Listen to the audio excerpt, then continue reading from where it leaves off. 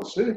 Bienvenue tout le monde au troisième de la série de webinaire sur la forêt du Brunswick. Mon nom c'est Eric Tyson, je suis la coordonnatrice avec le réseau environnemental et je vais être votre hôtesse ce soir.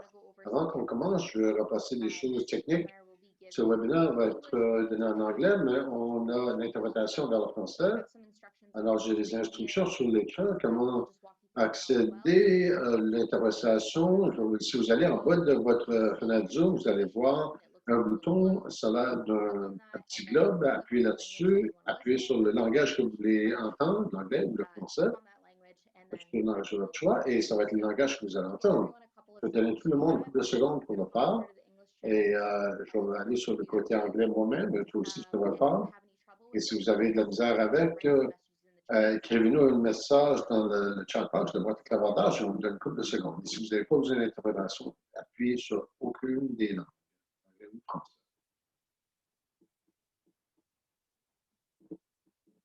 Okay. Okay, hopefully now you are. Donc maintenant, vous avez trouvé le langage que vous voulez écouter. Avant qu'on commence, j'aimerais de reconnaître nos bailleurs de fonds.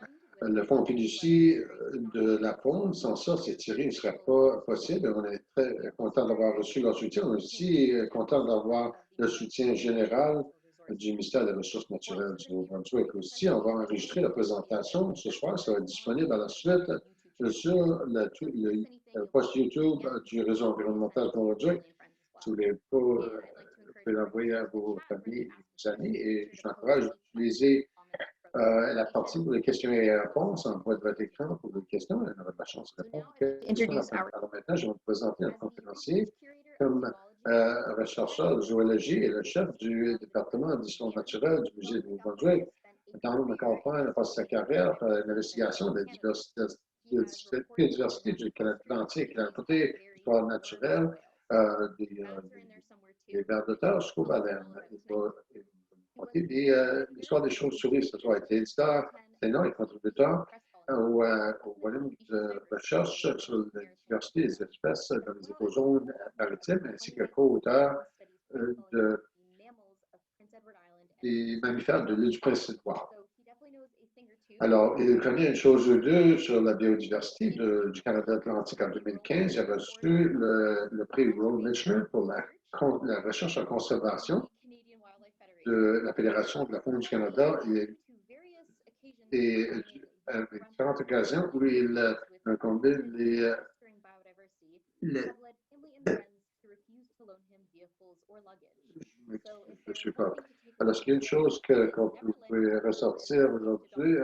Parce que jamais votre voiture, votre valise à l'homme, vous pouvez écouter parler de ça pour les prochaines 45 minutes. Sans plus tarder, voici Dan. Merci beaucoup. Alors, je vais voir si que je peux m'arranger ici. Merci pour cette belle présentation.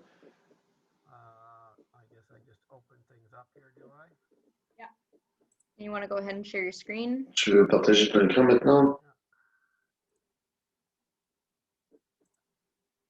Okay. And then you want to, yeah, there you go. Okay, are we all right? Yeah, looks Correct? good. Oui. Take it away. Vas-y. I'm going to turn my video off. Je vais fermer mon vidéo pour que vous vous concentrez sur les images. Et là, je vais revenir pour répondre aux questions que vous avez à la suite. Alors, bienvenue à Chauves-souris de Nouveau-Brunswick. Comment font-ils? J'imagine que la majorité d'entre vous, peut-être que vous avez eu des chauves-souris dans vos jardins. On en a vu beaucoup moins dans les dernières décennies. Et beaucoup d'entre vous ont entendu du syndrome White-Drum. C'est une infection qui a tué plusieurs millions de chauves-souris. Et les chauves-souris font une grande partie de la partie des discussions sur la pandémie COVID-19 maintenant. Oops, how do I actually get this? Okay, let's see. Great. For the past 12 years or so, Dans les derniers 12 ans, j'ai fait de la recherche sur les chauves-souris et avec on est à la limite du Nord pour cette maladie et pas de maladie, l'Amérique du Nord en conjonction principalement avec Karen Benro et l'associé de recherche, Dr. David Nance, et ensemble, on a collaboré dans une grande variété d'autres personnes aussi. Alors, ce soir, je vais commencer une couple de commentaires sur les chaussures en général et je vais vous présenter aux 7 espèces qui se trouvent au Nouveau-Brunswick. On va dire qu'est-ce qu'on sait de chaque chaussure au Nouveau-Brunswick. Pas toutes nos chauves-souris au Nouveau-Brunswick ont été affectées par White Nose, mais il y a des préoccupations pour chacun d'entre eux. Je vais vous donner un contexte général sur le syndrome White Nose. Je vais vous parler un peu plus sur le travail qu'on a fait dans notre région ici. Et par la fin de la soirée, vous aurez une bonne idée pourquoi que vous ne voyez pas une chauve-souris dans vos jardins et pourquoi que vous n'allez pas en avoir beaucoup dans le futur non plus. Mais ce n'est pas toutes des mauvaises nouvelles que je vais vous donner ce soir.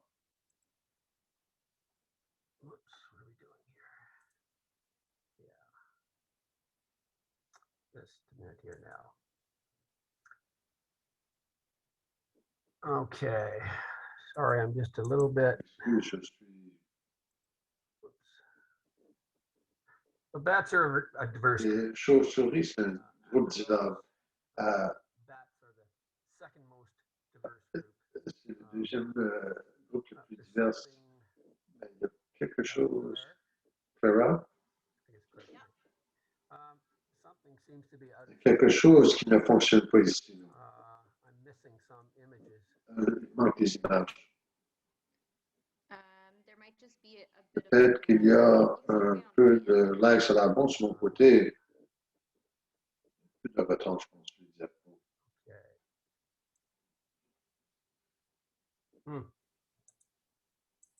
No, okay. I'm just gonna start from here. Je vais commencer ici. Je pense qu'il manque quelque chose. So bats are a diverse group. Les chauves-souris sont un groupe divers.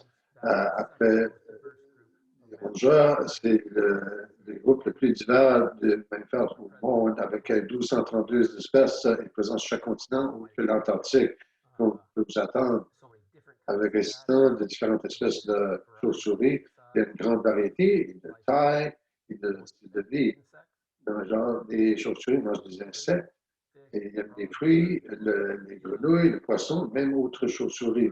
Mais tous vos chauves-souris de Nouveau-Brunswick sont elles mangent des insectes, principalement. Il y a 7 espèces de chauves-souris de Nouveau-Brunswick, c'est cool. Mais probablement qu'il y en a plus que l'on réalise. Ces 7 espèces de chauves-souris peuvent être divisées écologiquement dans 2 groupes. Les chauves-souris d'arbres, qui a 3 espèces, et les chauves-souris des cavernes. Il y en a 4. Ceux dans les cavernes, c'est eux qui ont été affectés par le syndrome White Nose. Je vais vous parler de chauves-souris des arbres. Il y a 3 espèces de chauves-souris des arbres. On appelle des chauves-souris migratoires. Ils rongent sur des parties de l'arbre, mais ils font une migration de long distance. Ils allent vers le nord dans les mois plus froids et durant l'été, ils vont vers le sud. Mais ils font des mouvements saisonniers de des centaines de milliers de kilomètres. Les chauves-souris migratoires vont au sud des États-Unis, même encore plus loin, même jusqu'à l'Amérique centrale. Pourquoi? Parce que c'est simplement trop froid au Nouveau-Brunswick pour ces chauves-souris.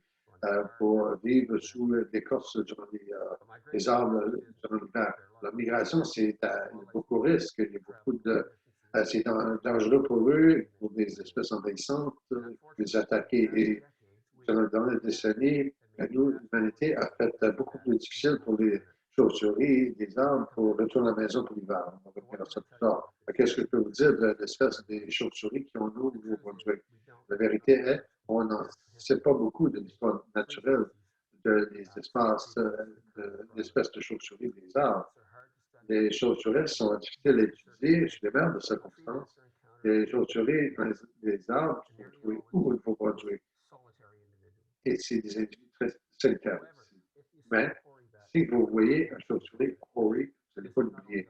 Ceci, c'est non seulement la plus grande espèce de chauve-souris des arbres, mais la plus grosse chauve-souris de l'Amérique du Nord. 40 cm de large d'un aile à l'autre. Sur la migration, ces chauves-souris peuvent voler à plus que 2400 pieds d'auteur. La majorité des individus la preuve récente démontre que les chauves-souris Quarry inédites durant l'été sont retrouvées dans différentes régions géographiques avec les femelles dans l'est et l'ouest du continent et les mâles principalement dans l'ouest. Il y a peu d'informations sur la reproduction des espèces, parce que c'est connu que les femelles d'habitude produisent des jumeaux, mais il n'y a aucune occasion où les jeunes, même si rarement vu au Nouveau-Brunswick, les sondages disent que cette espèce pourrait être plus commune au Nouveau-Brunswick pendant l'été que les accords indiques. La deuxième espèce de chauve-souris rouge, c'est une espèce très attrayante. Ils sont un rouge brillant. Ça, c'est le plus abondant des chauves-souris des arbres de l'Amérique du Nord. Mais encore, on les voit rarement au Nouveau-Brunswick. Il y a une espèce qu'on a vu en Nouvelle-Écosse, autrement, aucune archive, aucun record de cette espèce-là des maritimes. La femelle de Nouvelle-Écosse a des femelles donnent naissance à 2 à 5 jeunes, 3 en moyenne. C'est une espèce solitaire. Les femelles sont demeurent seules quand il y a la plus jeune. Mais les mâles et les femelles occupent le même terrain migratoire. Ils utilisent la même route que les oiseaux. Le troisième des chauves-souris des arbres, c'est le chauve-souris silverhead. Ça, c'est un des chauves-souris les plus communs au Amérique centrale depuis 1898 à 2020. Seulement 4 spécimens ont été vus au Nouveau-Brunswick et Nouvelle-Écosse.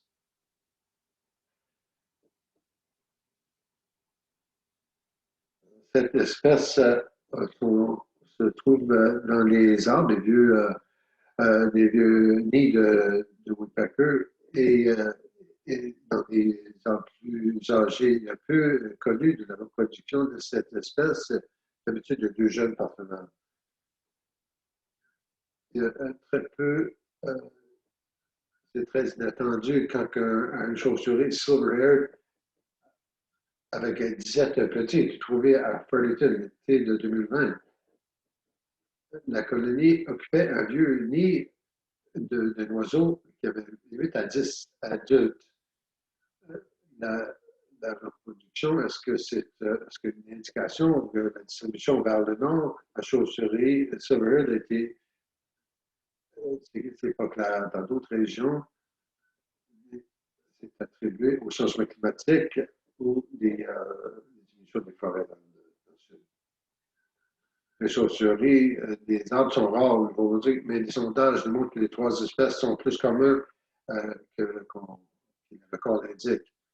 Comme indiqué, je suis volé vers l'est, le sud durant l'hiver, ça lui cause beaucoup de problèmes. Mais les éoliens ont tué beaucoup de chauves-souris. C'est estimé que 76 000 à 152 000 chauves-souris sont tuées annuellement par des éoliens.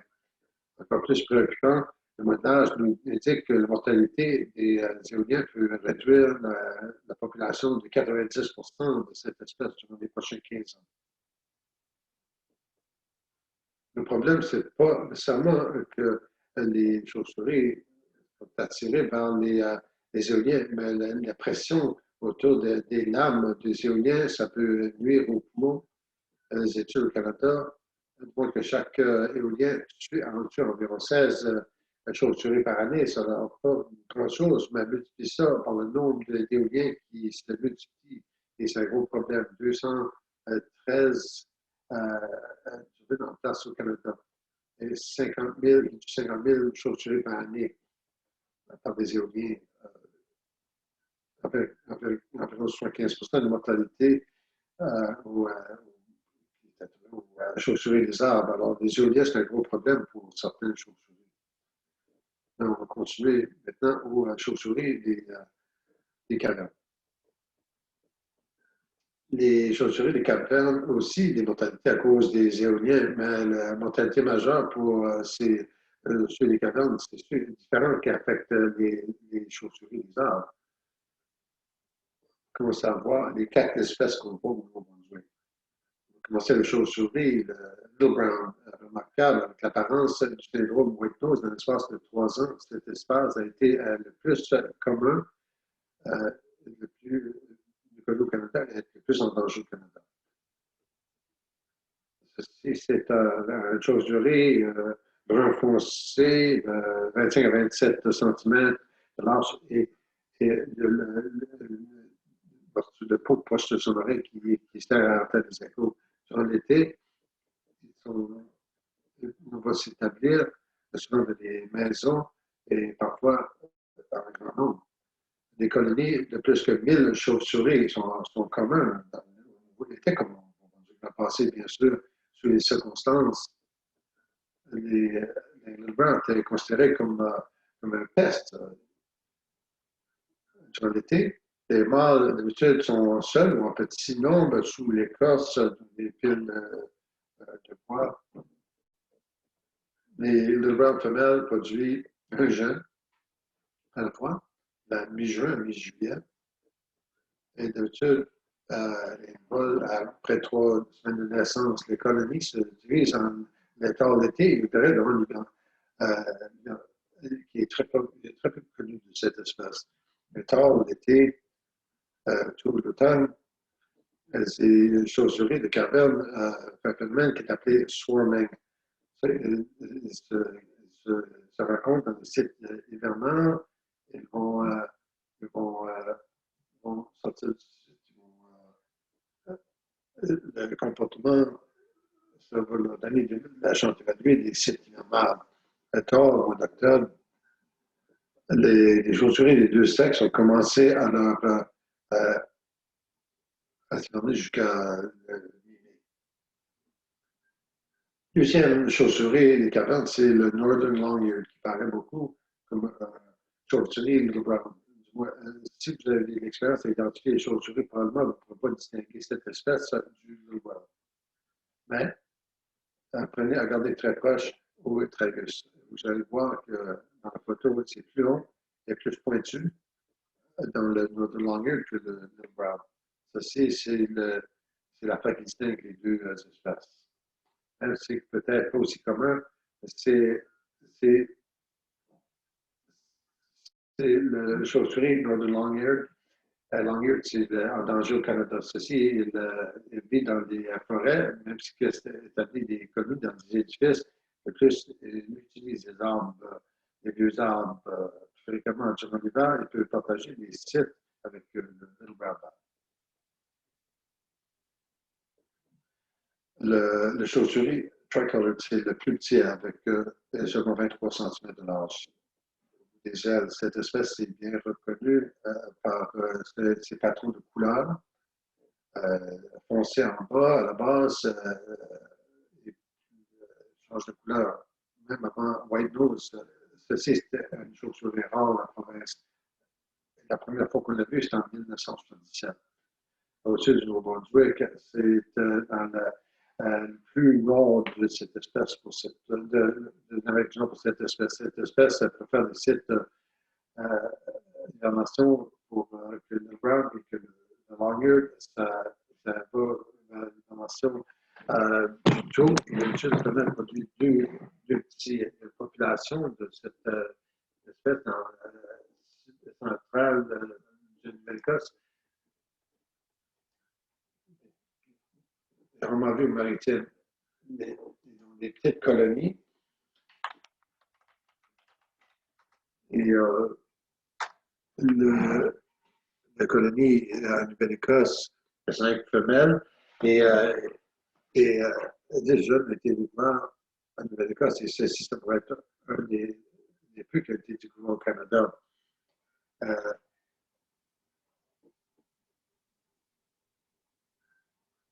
C'est que cette chauve-souris a besoin des vieux arbres pour faire des nids. les couverts blancs pourraient être menace pour cette espèce. Comme les deux espèces précédentes, cette chauve-souris est identifiée comme en danger au Canada. Durant nos sondages au Nouveau-Brunswick, on n'a pas vu aucun de ces chauves-souris tricolores depuis 2013.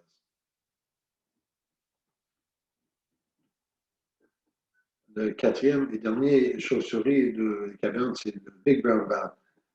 Essentiellement, c'est une plus grande version du Little Brown Bat, avec ça va de 30 à 33 cm d'un bout de l'aile à l'autre. Les dents sont plus robustes que le chauve-souris Little Brown. Cette espèce est un peu différente au niveau à cette latitude. Ça ne rentre pas dans le caverne l'hiver, mais ça fait l'hibernation dans les petits nombres, dans des maisons chauffées. D'habitude, dans les endroits dans le grenier, proche de la cheminée. La majorité du monde ne sait pas qu'ils ont ces chauves-souris dans la maison, du moins qu'ils deviennent actifs. D'habitude, ces chauves-souris n'ont pas de grande réserve de gras d'hibernation. C'est parce que les chauves-souris, c'est l'hibernation souterraine, on n'a pas été affecté par white nose au même degré que les autres chauves-souris de caverne, même dans les régions où ils n'utilisent pas des cavernes ou des mines. C'était découvert qu'elle peut transporter la maladie white nose. Et on a trouvé que les chauves-souris au Nouveau-Brunswick peuvent encore transporter cette maladie. Les Big Brown aussi s'établit en colonie dans les maisons et des mâles comme Big Brown sur d'autres endroits. Ceci, c'est une chauve-souris très adaptive, le seul chauve-souris parmi les 16 espèces qui augmente en nombre. Ceci, ça fait du moins les 2 dernières décennies qu'on voit le déclin, peut-être à cause des hivers doux, ainsi que des espèces pour l'hibernation. Avant 2000, ceci, c'était des espèces rares. Mais après le syndrome white nose, peut-être c'est un des chauves-souris plus communes. Aussi, on va dire plusieurs autres chauves-souris, espèces de chauves-souris de l'Amérique du Nord ont répondu à le réchauffement du climat avec des expansions vers le nord, mais le Big Brown, maintenant, on le voit souvent dans le sud du Nouveau-Brunswick, même nord de Miramichi, dans l'hiver et l'été.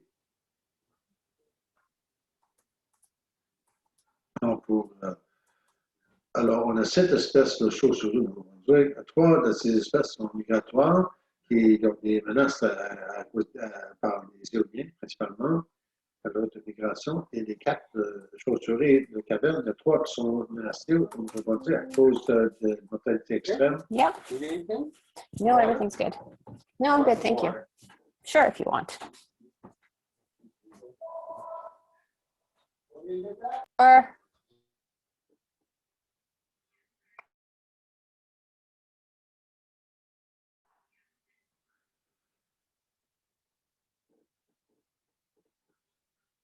Pour les 2 groupes, une perte de forêt peut aussi être une menace pour les chauves-souris des arbres et des cavernes.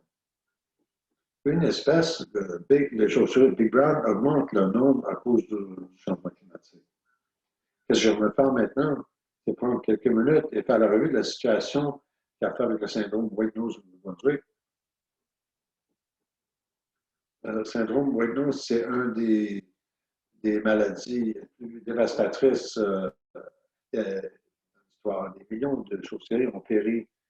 On peut voir aussi beaucoup de chauves-souris mortes ici, dans cette image ici qui a été prise au Nouveau-Brunswick. Le syndrome, qui est appelé Pseudochimnascus destructans, je vais le mentionner maintenant comme PD. Les spores, vous pouvez les voir ici, dans cette image. Ceci sont des caractéristiques de ce virus en particulier. Comment que ça arrive? On va dire que c'est pas clair. C'était enregistré la première fois à New York en 2005-2006 et ça a été vers le nord, par 2011. Et depuis ce temps-là, la maladie a été vers le sud et l'ouest. White nose, c'est un fungus qui sont bien abandonnés au Nouveau-Brunswick. Il y a eu une grande variété d'autres champignons, d'autres qui ont trouvé dans les mines du Nouveau-Brunswick, mais aussi les souris et les insectes. Il y avait une grande augmentation à travers le monde d'intérêt parmi les chercheurs pour considérer aux habitats. Ceci, c'est avec l'arrivée de PD à l'Amérique. La majorité de l'intérêt est sur des syndromes de White Nose, mais aussi la reconnaissance que certains de ces espèces peuvent avoir d'autres composants scientifiques dans les cavernes et les mines du Nouveau-Brunswick qui sont infectées. Pas de chance qu'il y ait des choses qui restent. C'est possible facilement avoir trouvé des cultures de PD dans les murs des cavernes, simplement prenant des cultures. Alors, pour cette raison, c'est important. N'importe quel soulier de linge que vous utilisez quand vous visitez les cavernes, les mines, que vous désinfectez après l'utilisation. Le danger maintenant, ce n'est pas nécessairement que le champignon va être changé, être transmis dans d'autres cavernes, mais ça peut être transporté vers l'ouest. On sait même maintenant que ça peut c'est une complexité pour gérer cette pandémie. Les températures dans les cavernes de Nouveau-Brunswick qui sont de 4 à 5 degrés durant l'hiver, on ne trouve jamais les chauves-souris qui passent l'hiver à une température moins de 3,1. Vous n'allez pas voir des chauves-souris comme ceux-ci avec des signes apparents de white nose à l'extérieur des cavernes des mines.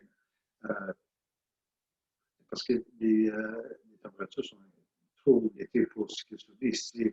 Mais ceux qui sauvent le white nose ont des signes visibles du champignon avant qu'il parte de la caverne, parce qu'il continue de transporter ce champignon pour des mois. Le champignon envahit la peau, qui pousse dessous ça pousse dessous la peau. Et ceci, c'est un coup de chauve-souris qui est la peau elle-même est en bleu et le champignon est en mauve. On peut voir les sports que je mentionnais tantôt. On peut voir où le champignon a envahi la peau, ça a brisé la peau et ça a commencé à croître à l'intérieur du tissu dessus la peau. Le résultat, c'est une cascade de changements physiologiques où les chauves-souris brûlent leur source de gras avant le printemps. Ils meurent de faim dans la caverne où ils parlent de la caverne avant que la nourriture d'insectes est disponible et ils vont mourir de faim. Souvent, ils vont geler ou ils sont attaqués par des oiseaux migratoires. À notre région, vous avez pu voir des groupes de chauves-souris comme celui-ci, le brown, durant les cycles hivernales. Alors, quand la pandémie White Nose a eu lieu, on va dire qu'avant ça, avant White Nose, on savait qu'il y avait 5000 chauves-souris dans 10 sites de dimension. On va dire que ce chiffre est sous-estimé, c'est par beaucoup le nombre total des chauves-souris qu'on va donner aujourd'hui dans le passé. On a depuis découvert d'autres sites d'hibernation, mais pour différence, ces 10 sites-là qu'on a étudiés de façon intensive, on a vu carrément qu'il y avait beaucoup de mortalité. Le white nose devient visible aussitôt que le novembre. Dans la mi et fin février, tu peux voir beaucoup de chauves-souris mortes et avec les prédateurs qui commencent à rentrer pour nourrir sur les carcasses des chauves-souris qui laissent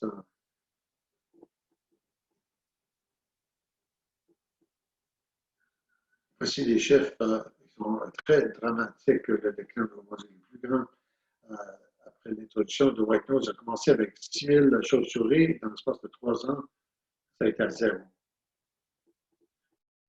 Maintenant, ceci, c'est un déclin très dramatique et ça arrive très rapidement. Ces chauves-souris meurent, c'est la moisissure. Et là, éventuellement, seulement la pourriture, c'est la seule chose qui reste de la population chauve-souris.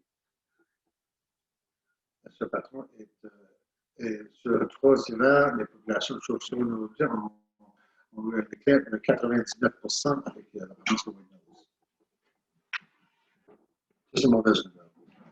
La bonne nouvelle, c'est que certaines chauves-souris de carbone sont survivre.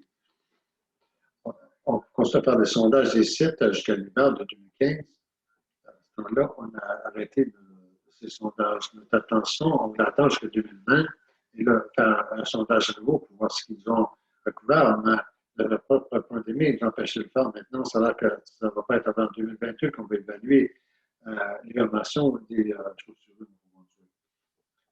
Un des signes de recouverte aux États-Unis depuis 2006, où la maladie était présente plus longtemps que le Nouveau-Brunswick, a été limitée. Le montage nous signifie que certaines espèces font face à l'extinction. Mais la recherche récente aux États-Unis a démontré des changements dans la physiologie, le comportement et la composition génétique de cette population 8 à 10 ans après que les premières infections ont eu lieu. Ceci, ça suggère qu'à certains niveaux d'adaptation ont eu lieu, peut-être dans quelques-unes des espèces d'Amérique du Nord. Mais les chauves-souris ne sont pas comme les souris. Les vies courtes et plusieurs petits. Finalement, les chauves-souris produisent un enfant par année et un chauve-souris, le ground peut vivre jusqu'à 30 ans de plus.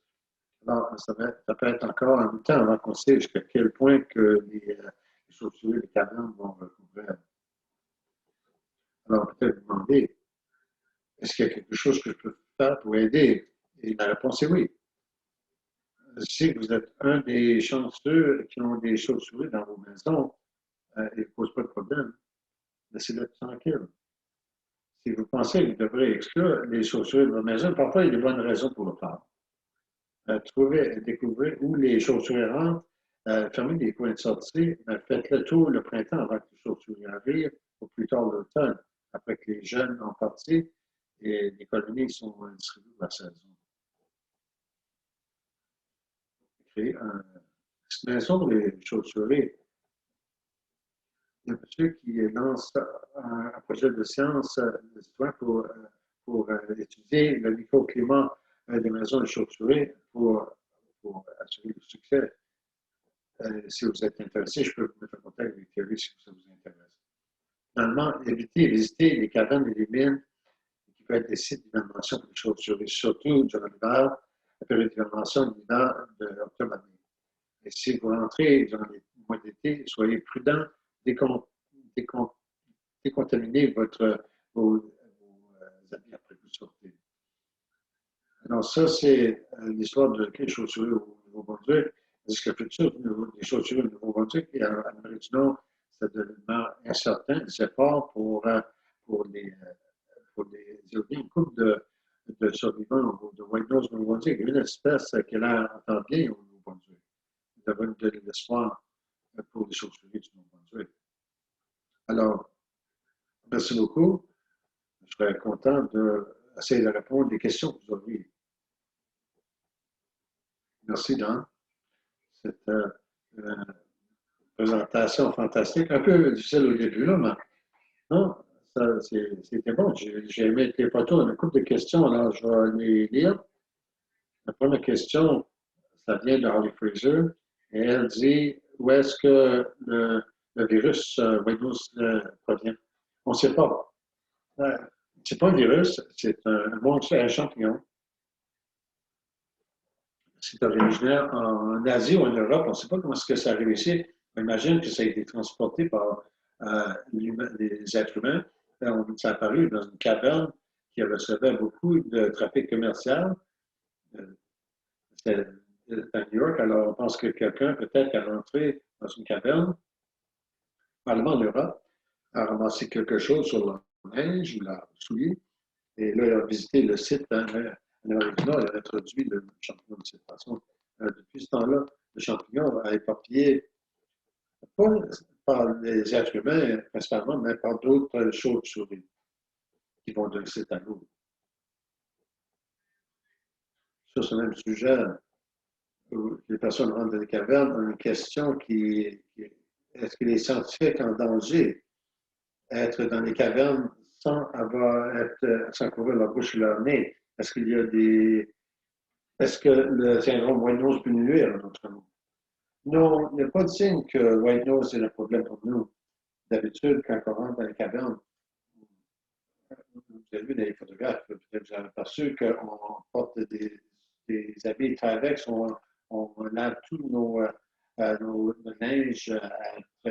Après, on va désinfecter à la fin, quand on va commencer notre travail. On ne va pas apporter des choses d'une caverne à l'autre, mais toutes les cavernes sont infectées maintenant. Alors, l'enjeu principal maintenant, c'est transférer White Nose à d'autres régions. Si vous en souvenez, la map que j'ai montrée, un couple de sites maintenant, sur la côte de l'Ouest, à la surprise de beaucoup, plusieurs années passées, White Nose a sauté à 1500 km de la côte de l'Est jusqu'à la partie centrale de l'Amérique du Nord, à l'Ouest. Pas clair comment est-ce que ça arrivé là, mais il y a plusieurs théories, mais certainement les humains avaient quelque chose à faire avec ça. La majorité du mouvement des chauves-souris, c'est le nord du sud, pas l'est et l'ouest.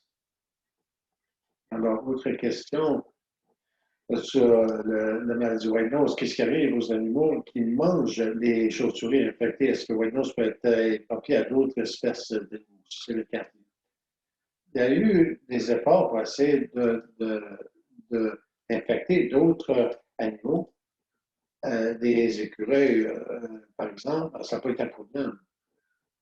Bien sûr, pour les chauves-souris, quand ils sont en hibernation, leur système immunitaire, c'est en train d'hiberner aussi. Alors, leur corps,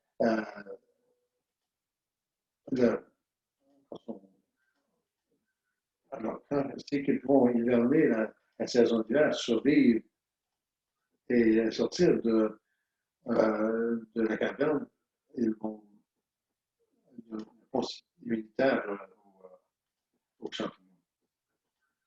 Mais parce ce qu'on sait, le champignon n'est pas un problème pour les prédateurs qui vont consommer des chauves-souris mortes. Ça peut devenir un problème des selles de cette espèce qui vont éparpiller sur le site. C'est une question sur le champignon. Il y a deux questions ici, un de Holly et un de. Est-ce que j'ai vu ça? Quelqu'un d'autre, je ne peux pas le trouver. Ça a à faire avec la communauté qui fait des recherches dans l'Internet.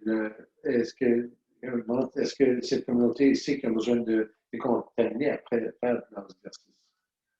Oui. Et il y a eu beaucoup de discussions à ce sujet. Et je suis en contact avec plusieurs personnes qui sont impliquées dans les cavernes. On essaie d'encourager le monde d'éviter ces sites-là quand le monde, les chauves-souris sont en hibernation, même que très peu de chauves-souris-là, on veut leur donner la chance de survivre l'hiver. Ce que White Nose qui est présent, il survit, il a vraiment besoin de toute l'aide qu'il peut recevoir. Autrement, ils vont brûler les réserves de gras, ils vont pas survivre l'hiver. On décourage personne pour explorer les cavernes durant la période d'hibernation d'octobre jusqu'à mai. Maintenant, c'est très difficile. Le monde va rentrer dans les cavernes. Je ne pense pas de différence. Ils vont certainement rentrer durant le mois d'été. Et sous ces circonstances-là, on demande au monde de se décontaminer leur équipement et pas demander ou apporter à d'autres régions ou transférer ailleurs. Il y a une question suivie de Zahir. Elle dit qu'en Australie, ils sont stricts, en particulier, de faire entrer des contaminés. Ils font des mesures pour décontaminer les souliers des passagers qui arrivent en Australie. Est-ce que vous savez, est-ce qu'il y a eu des discussions pour faire quelque chose de similaire au Canada? En termes de White Nose, c'est trop tard. Le White Nose, c'est ici. La grande préoccupation maintenant, c'est que ça va éparpiller à Colombie-Britannique. Il y a une population très diverse en Colombie-Britannique. Et Et ça n'a pas été possible pour trouver, ils sont pas, ils sont bien connus en Colombie-Britannique, alors c'est plus difficile à trouver des chauves-souris-là que même ici. Alors, ça, c'est une grande préoccupation maintenant, ça a été d'empêcher ce mouvement de white nose vers l'ouest, à ce point-ci. Ben, c'est ici, à l'Amérique du Nord, on souhaite que les chauves-souris vont s'adapter. Et on les voit souvent en Asie, en Europe, les chauves-souris sont exposées à ça, ils ont évolué avec ça. Et alors, ils ne meurent pas en grand nombre comme dans l'Amérique du Nord. Donc, d'autres questions sur le white nose, ben, je vais maintenant changer de direction, on va revenir aux questions dans une seconde. Mais Vanessa demande, est-ce qu'il y a des critères spécifiques pour installer une maison de chauve-souris dans une maison urbaine? Une des choses, une maison de chauve-souris, c'est quelque chose que vous pouvez regarder, c'est que le climat doit être exactement le bon alors établir le meilleur site pour vos maisons sont critiques. Et ça, c'est quelque chose qu'on va regarder quand c'est bien au microclimat. Cette latitude ici, probablement, vous voulez mettre vos maisons dans le côté sud de la maison parce que les chauves-souris aiment que ça soit chaud et sec et vous ne voulez pas avoir les maisons de chauves-souris à trop bas. Mais autre que ça, parfois c'est difficile à prédire. Votre maison, là, vous pouvez avoir rien du tout et parfois, vous mettez une maison pour une raison qui n'est pas apparente, c'est occupé.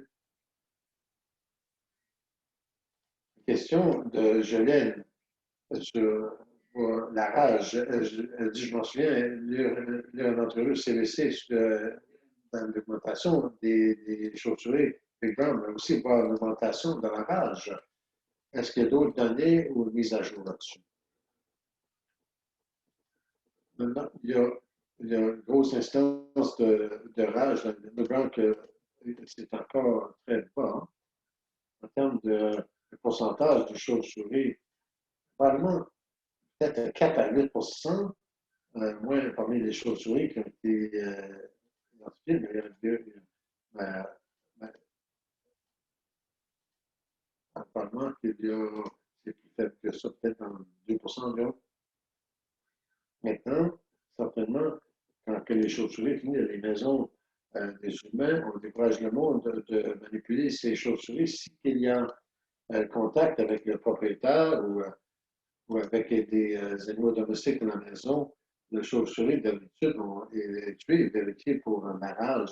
Si vous trouvez des chauves-souris dans vos maisons durant les mois d'hiver, c'est qu'il est dans vos espaces où vous vivez, c'est difficile de savoir quoi faire.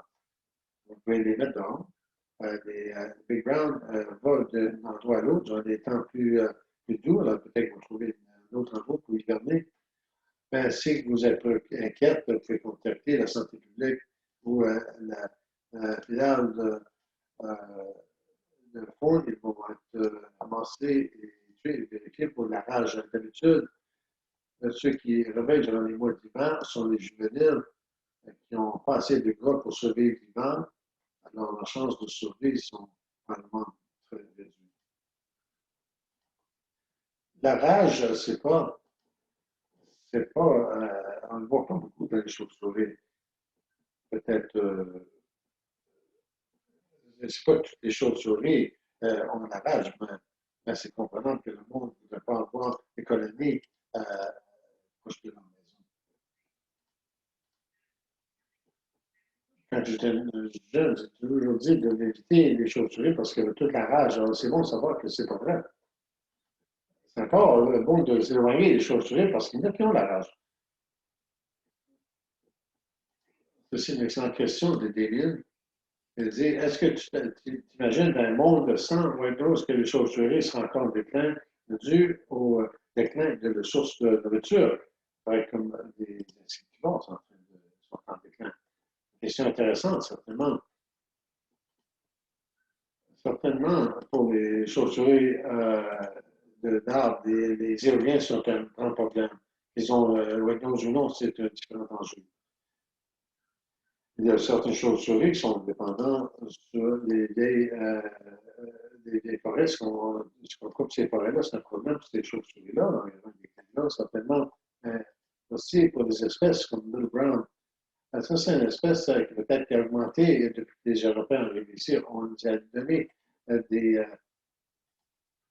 on nous a donné une bonne place à rester sur les vieilles maisons qui n'étaient pas aussi bien scellées qu'elles sont maintenant.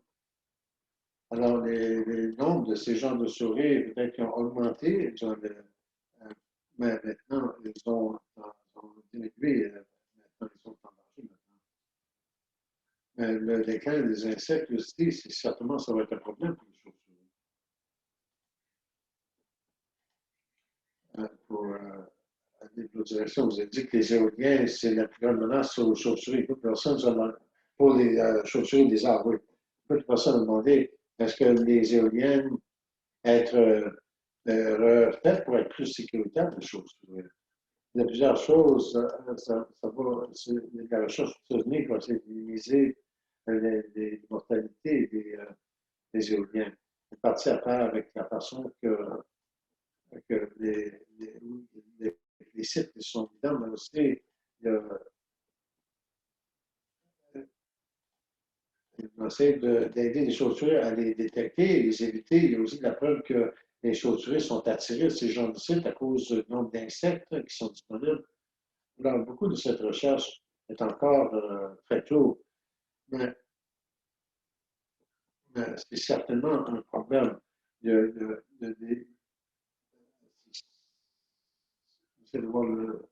n'est pas certain du nombre de chauves-souris qui sont tuées. Pas tous les sites d'éoliens ont les grands nombres de chauves-souris qui sont tuées. Pour revenir au syndrome Windows, est-ce que vous savez si les populations de chauves-souris sont en train de développer des protections contre ce syndrome, mais aussi parce que c'est seulement des espèces des cavernes qui peuvent l'avoir, l'attraper. C'est seulement les espèces qui vivent dans les cavernes. On va dire que le principal, c'est les Big Brown sont susceptibles à White Nose aussi, ainsi que les chauves-souris d'arbres qui ne rentrent pas des cavernes trop souvent. On va exposer, mais parce que Big Brown ne rentre pas des cavernes à cette latitude ici. Alors, White Nose, ce n'est pas un grand problème pour eux. Ils ont tendance de devenir susceptibles à White Nose quand même, dans des endroits du sud du Nouveau-Brunswick. White Nose, ils sont susceptibles à White Nose. Certainement.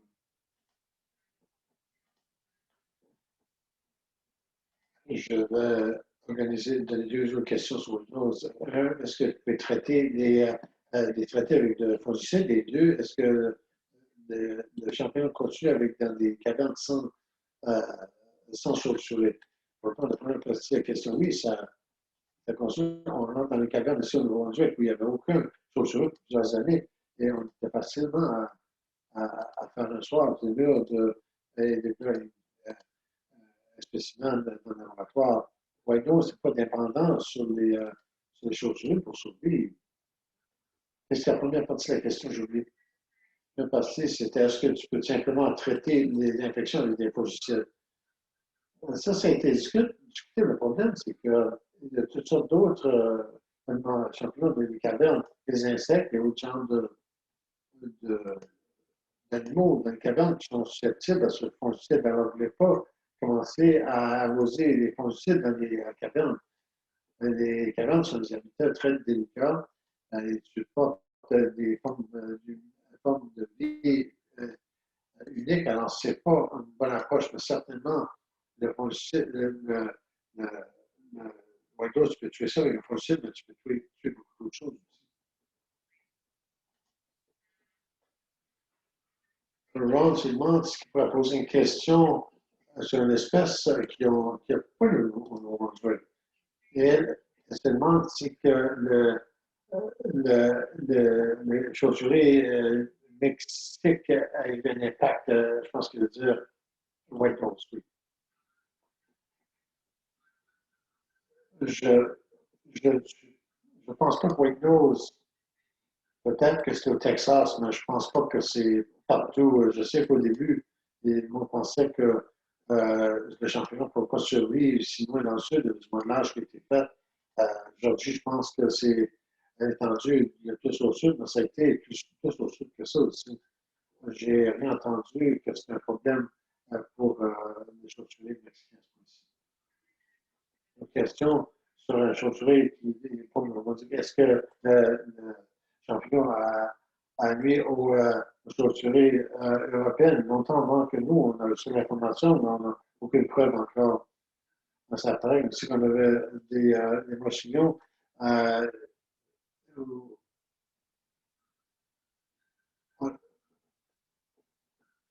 les chaussuriers ont pu survivre pour une raison ou l'autre, mais le champignon va certainement grandir sur chaussuriers, mais ça ne sera pas une mortalité comme on peut se dire au Amérique du Nord. Mais similaire à n'importe quelle population qui est exposée à une maladie, la même chose que nous, on est avec les COVID. On n'a pas d'immunité naturelle à ce système. Et les chaussuriers d'Amérique du Nord ont jamais été exposés à ce champignon, même chose que les personnes indigènes d'Amérique du Nord ont été exposées à beaucoup de maladies européennes et à de la population aussi. Alors, je souhaite qu'ils vont revenir dans cette mission. J'ai deux autres questions. Alors, si vous pensez que j'ai manqué votre question, parce qu'il y en a beaucoup dans la boîte de clavantage, écrivez-le à nouveau. Le premier, est-ce que, je ne sais pas le nom de la personne parce que je vois seulement le numéro de téléphone, mais est-ce que vous avez récemment vu des chaussuriers femelles avec des jeunes en santé? Et il y en a où on a vu qu'il y a eu des colonies de maternité dedans. On n'a pas vu des grands nombres de chaussuriers dans les maisons. Je suis au courant de plusieurs sites que je pourrais aller voir des centaines de chaussuriers. Et il n'y a rien là maintenant. Il n'y a aucune chaussurée dans ces groupes-là. Il y en a qui survivent, il y en a qui reproduisent, mais les nombres sont très petits. Encourageants, ils sont très petits. Et ensuite, la dernière question de Jolene, dans un peu de temps encore, alors encore préparer vos questions finales. Jolene demande quand les chaussuriers sont trouvés proche des maisons ou proche des humains, est-ce qu'il y a de la protection pour eux à cause de leur statut, parce qu'ils sont en danger? Oui. Il y a trois espèces qui sont considérées en danger. Si vous avez des chauves-souris, vous les enlevez de votre maison. Il y a des façons de le faire pour que vous ne faites pas de mal à la chauve-souris. Et n'importe quel opérateur de contrôle nuisible qui fait affaire avec les chauves-souris sont au courant de la situation et a besoin d'agir de la bonne façon. La législation qui protège les espèces en danger, c'est fait, ça protège les habitats, pas aussi bien les habitats qu'on aimerait, mais certainement, les chaussures ont beaucoup plus de protection, disons maintenant qu'ils avaient dans le passé, où ils étaient considérés comme invisibles et peut-être qu'ils vont. Il y avait beaucoup de raisons pour la haute mortalité. Deux autres questions. Je vais rentrer. Tim demande qu'est-ce qui est l'effet secondaire du déclin dans certaines populations? Est-ce qu'on voit une population indésirable d'autres espèces indésirables? Premièrement, on ne suit pas les insectes de la façon qu'on a besoin de faire pour pouvoir le suivre. Mais en fait, les insectes sont en déclin aussi pour toutes sortes de raisons.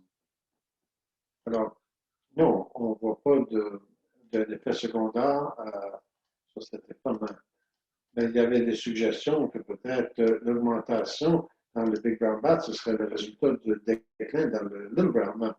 Mais je ne pense pas que c'est vraiment bonne chance parce que l'augmentation dans le Big Brown commence à arriver longtemps avant que le White Nose s'est présenté ici. Il y avait une augmentation dans les Big Brown probablement par l'année 2000, alors 20 ans passés. Non, je ne pense pas qu'il y ait une relation. Question suivie, est-ce qu'il y a des espèces de chauves-souris au Nouveau-Brunswick qui se mangent l'un l'autre? Non, ils mangent tous des insectes.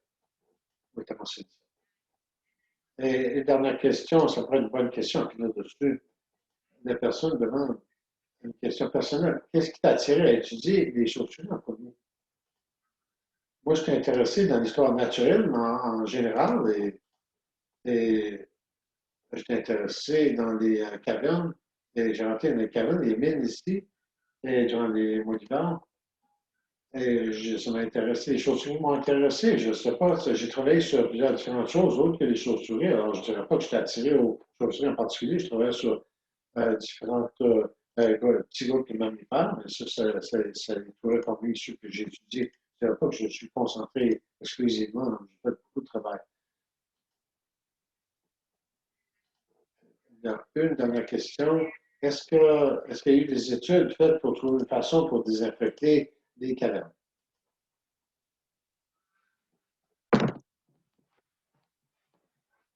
Certainement désinfecter, ça, quand on sait, mais le problème, c'est qu'il y a beaucoup de dommages qui peuvent être faits avec d'autres espèces. Pouvez tuer d'autres insectes et d'autres espèces qui dépendent sur les cavernes. Ils ne voulaient pas les tuer. Alors, désinfecter les cavernes, ce n'est pas pratique. Une des choses qui a été essayée, c'était de bâtir des cavernes artificielles adjacentes des cavernes. Mais ceux-ci pourraient être facilement désinfectés et essayer d'attirer des chauves-souris. Ça, c'est assez très tôt et ce n'était pas un succès. Ils sont particuliers où ils aiment vivre et comme tu as dit, elle n'est pas facile, de façon facile pour, enlever le white nose de ces sites. C'est vraiment endémique dans ces cavernes maintenant, ça fait partie de l'écosystème et on ne va pas pouvoir enlever ce champignon. Je pense que c'est toutes les questions et des tonnes de commentaires dans votre global sur les merci. Je pense que le monde a appris beaucoup de choses. Un excellent webinaire. Je vous remercie beaucoup. J'encourage de lire votre global. Je peux voir les beaux commentaires qu'il y a inclus. Mais ceci, c'est tout pour ce soir. Merci à tout le monde pour participer. Avant que je vous laisse partir, je vous laisse tout le monde savoir du webinaire qui s'en vient dans le futur. Le 3 mars, on a Scott Gillen du service de la faune canadien qui parle de la bélophonie et un webinaire abonné le 24 mars sur la vie et le temps des igloos, mon Dieu, donné par Nelson Poirier de Nature Moncton. Encore une fois, merci beaucoup pour vous joindre à nous aujourd'hui. On souhaite que vous avez apprécié le webinaire. Vous avez appris beaucoup. Je sais pas, j'ai appris beaucoup. On souhaite vous voir dans quelques semaines pour le prochain. Merci beaucoup. Merci. Au revoir.